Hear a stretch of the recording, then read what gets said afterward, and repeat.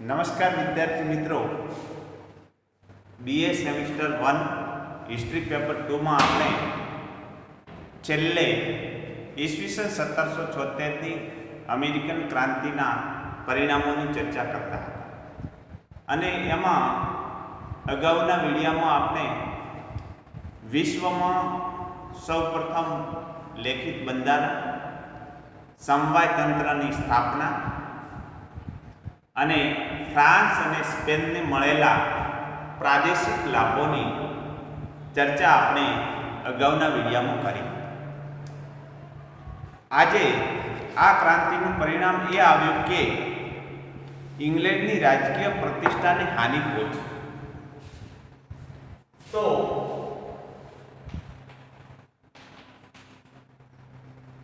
ઇંગ્લેન્ડની રાજકીય પ્રતિષ્ઠા ને હાનિ. તો ઇંગ્લેન્ડની રાજકીય પ્રતિષ્ઠાને આ ક્રાંતિથી હાનિ પહોંચી. ઈસવીસન 1776 અમેરિકન સ્વાતંત્ર્ય વિગ્રહમાં ઇંગ્લેન્ડનો પરાજય થયો અને સંસ્થાનવાસીઓનો વિજય થયો,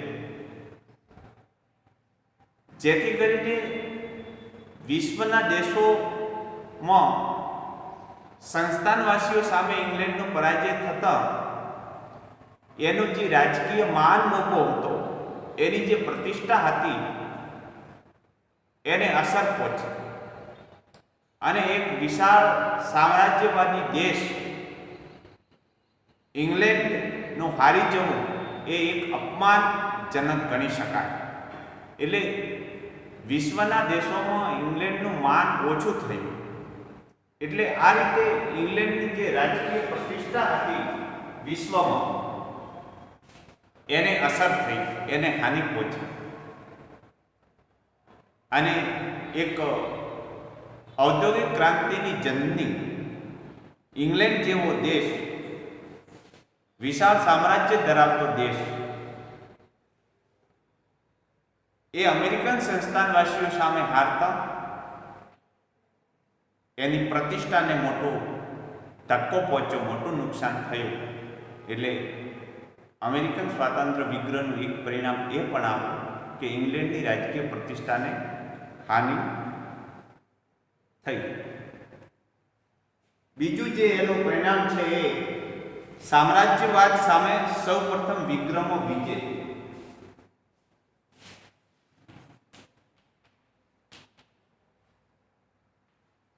સામ્રાજ્યવાદ સામે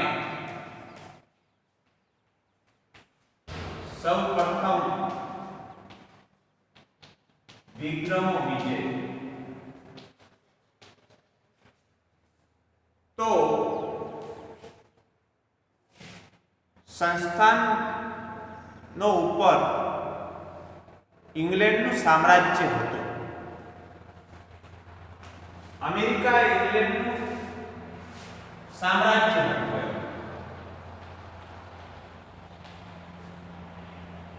સંસ્થાનો પર ઇંગ્લેન્ડનું સામ્રાજ્ય હતું. એટલે આખો જે આ એક પ્રદેશ છે, સંસ્થાનવાસીઓનો આખો પ્રદેશ છે, અમેરિકાનો આખો પ્રદેશ છે, એ ઇંગ્લેન્ડના સામ્રાજ્યમાં હતો આખું. અને નિરંકુશ સામ્રાજ્ય પણ એને ગણી શકાય એવું એક સામ્રાજ્ય હતું એમ, જ્યાં પોતાની વસ્તુઓની આયાત નિકાસ થતી હતી, પોતે કાચો માલ લઈ શકતો હતો, પોતાના કાયદાઓ કામ કરતા હતા. એટલે સંસ્થાનો એ ઇંગ્લેન્ડનું એક સામ્રાજ્ય હતું, એક સંસ્થાન હતું જેના ઉપર ઇંગ્લેન્ડ રાજ કરતું. તો 1776ની આ ક્રાંતિમાં સૌ પ્રથમ આવી ઇંગ્લેન્ડ જેવી સામ્રાજ્યવાદી મહાસત્તા સામે એમને વિજય મેળવ્યો.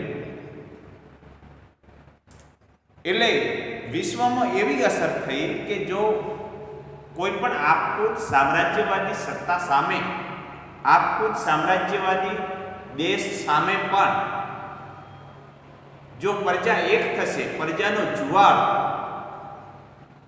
પ્રજાની એકતા એને હરાવી શકશે.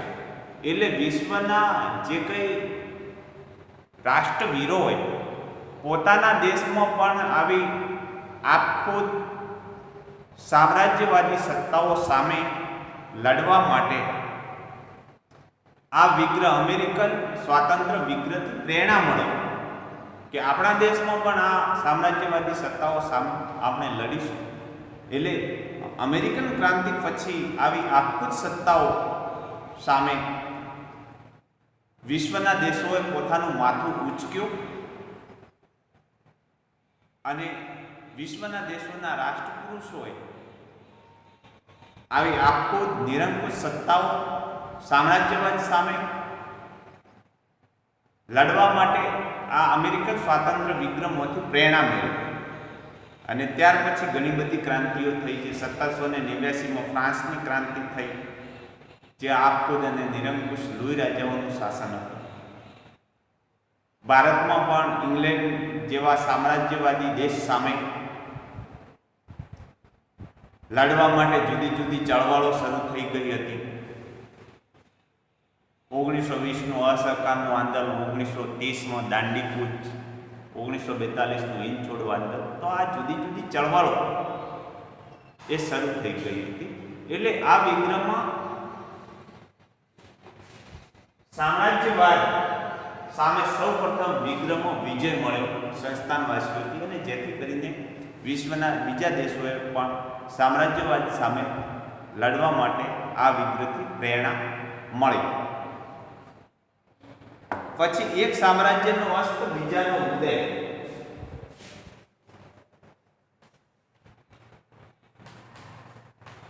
એક સામ્રાજ્યનો અસ્ત અને બીજાનો ઉદય. તો એક સામ્રાજ્યનો અસ્ત અને બીજાનો ઉદય એ આપણને એમ થતું હશે કે એ કઈ રીતનું પરિણામ ગણી શકાય. તો ઇંગ્લેન્ડ નું જે સામ્રાજ્યનો સૂર્યાસ્ત થતો ન હતો એમ ગણી શકાય. કે ઇંગ્લેન્ડનું વિશ્વના દેશોમાં એટલું વિશાળ સામ્રાજ્ય હતું, વિશ્વના દેશોમાં એના એટલા બધા સંસ્થાનો હતા, જુદા જુદા દેશોમાં એનું એટલું બધું પ્રભુત્વ હતું, જુદા જુદા દેશોમાં એના કાયદાઓ કામ કરતા હતા, સામ્રાજ્યો હતા, જેથી કરીને ઇંગ્લેન્ડના સામ્રાજ્યનો સૂર્યાસ્ત થતો ન હતો. દાખલા તરીકે આપણે જોઈએ તો ઇંગ્લેન્ડનું અમેરિકામાં સામ્રાજ્ય હતું, ત્યાં સૂર્ય અસ્ત થયો હતો. હિન્દમાં, ભારતમાં પણ એનું તો સામ્રાજ્ય હતું, એટલે ભારતમાં પાછો સૂર્યોદય થયો હોય. તો આ રીતે આખું ચક્ર એવું કહેવાય છે કે ઇંગ્લેન્ડના સામ્રાજ્યના જે સૂર્યાસ્ત થતો જ નહીં, એટલું વિશાળ સામ્રાજ્ય ઇંગ્લેન્ડનું હતું. અને એમાં ઈસવીસન 1776માં અમેરિકન સ્વાતંત્ર્ય વિગ્રહ સફળ થયો, અમેરિકામાં ક્રાંતિ થઈ.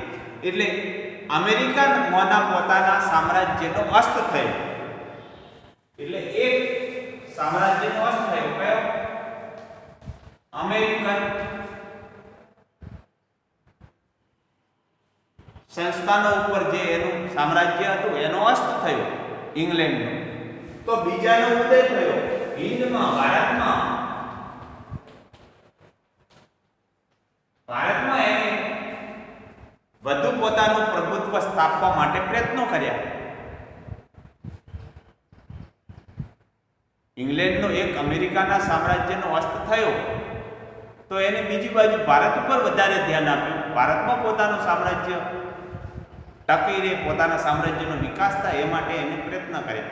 એટલે એક સામ્રાજ્યનો અસ્ત થયો તો એને બીજાનો ઉદય થયો.